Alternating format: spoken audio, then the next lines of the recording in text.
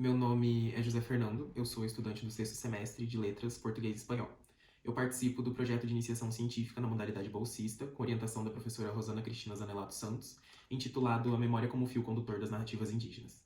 Essa primeira parte do trabalho tem por objetivo iniciar o leitor na literatura indígena, sem os estigmas que a sociedade já pôs sobre ela.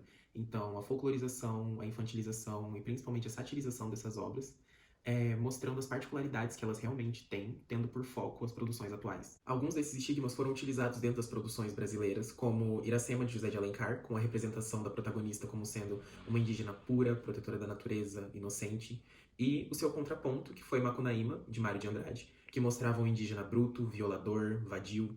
E em ambos esses casos, nós temos uma história única propagada sobre os indígenas desde os períodos de colonização até os dias de hoje.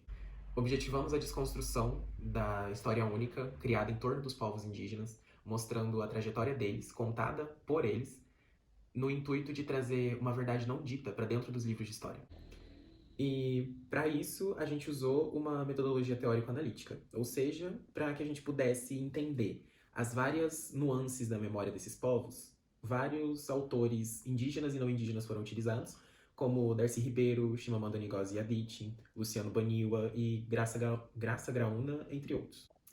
Durante o desenvolvimento do trabalho, nós analisamos alguns entraves dentro da trajetória dos povos originários, isso pegando desde a redescoberta do Brasil por Cabral, passando por essa fase de extinção dos números e das culturas indígenas, indo pelo processo de assimilação desses povos para dentro da sociedade brasileira, mas só que não na condição de cidadãos, mas sim de bestas de carga, como colocou Darcy Ribeiro.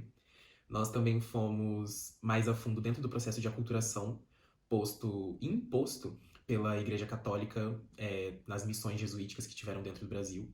E isso tudo para culminar em 1998 com, finalmente, a garantia dos direitos desses povos pela lei. E dentro de toda essa trajetória de assimilação e aculturação, os povos sobreviventes conseguiram essa façanha de sobreviver em meio a toda essa extinção por conta da sua tradição oral. Por meio desses contos orais, desses mitos orais, eles conseguiram propagar a cultura deles para dentro das populações mais jovens, das suas comunidades.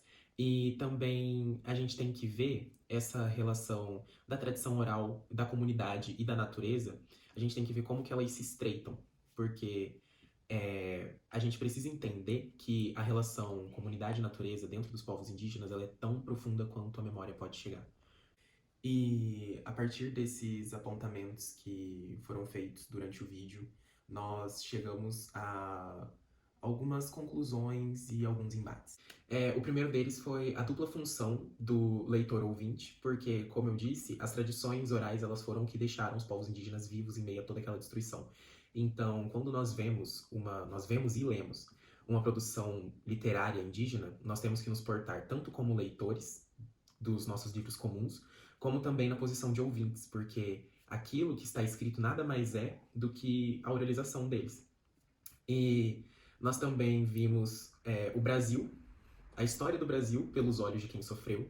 Nós vimos a falta de atenção da crítica literária atual compara aquelas produções literárias, produções artísticas, que eles não veem no mesmo pé de igualdade. Tanto que o Luciano Baniwa, ele coloca dentro do livro dele que, por muito tempo, as produções literárias indígenas elas foram postas nas mãos de antropólogos e não de críticos literários.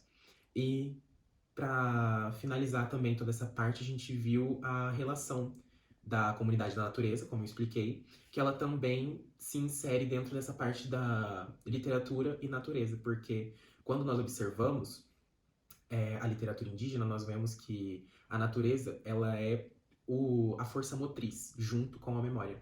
Porque sem esses dois pontos, a memória e a natureza, os povos indígenas eles não teriam sobrevivido todo esse processo de dizimação cultural e numérica que eles sofreram.